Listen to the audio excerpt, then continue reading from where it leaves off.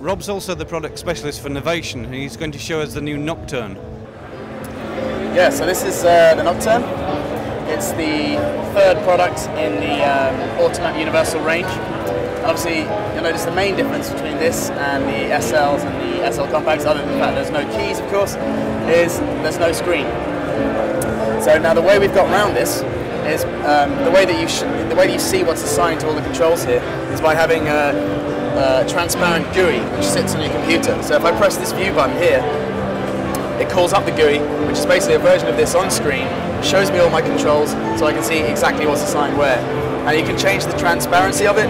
You can have it completely opaque or completely transparent. You can resize it, so have it any way you like sitting on the screen there.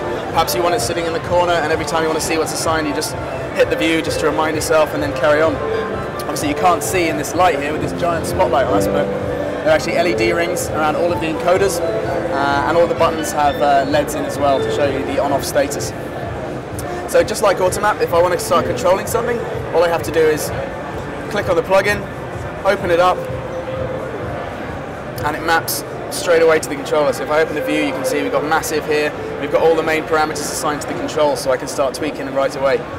If you want to reassign anything, again you have this fantastic learn mode, but now it's actually accessible directly from the hardware, so with a dedicated button, that is. So all I have to do is hit learn, move whatever parameter I want to assign on the plugin, and then all I have to do is actually touch one of the encoders if I want to assign it to an encoder, because they're touch sensitive encoders. So literally hit that one and then it's assigned straight away.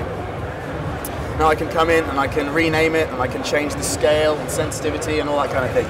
Now if I want to go to controlling another plugin, I either call it up on the screen, or I have the option of using this browser mode here. These four buttons call up the groups where all our mappings get placed automatically, or you can regroup them yourself.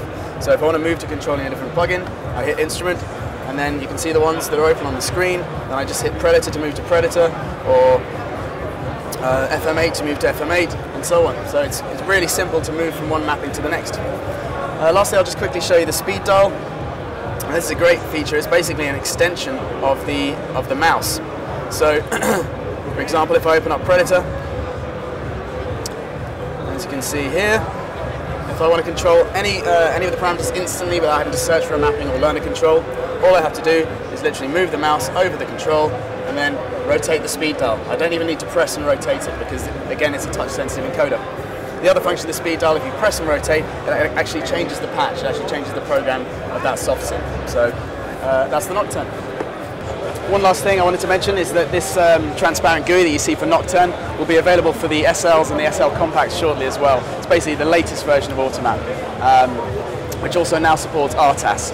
So you've got VST, AU and RTAS plugins being supported, which means you can have any plugin in any sequencer, including Pro Tools, and it maps straight away to all of the controllers.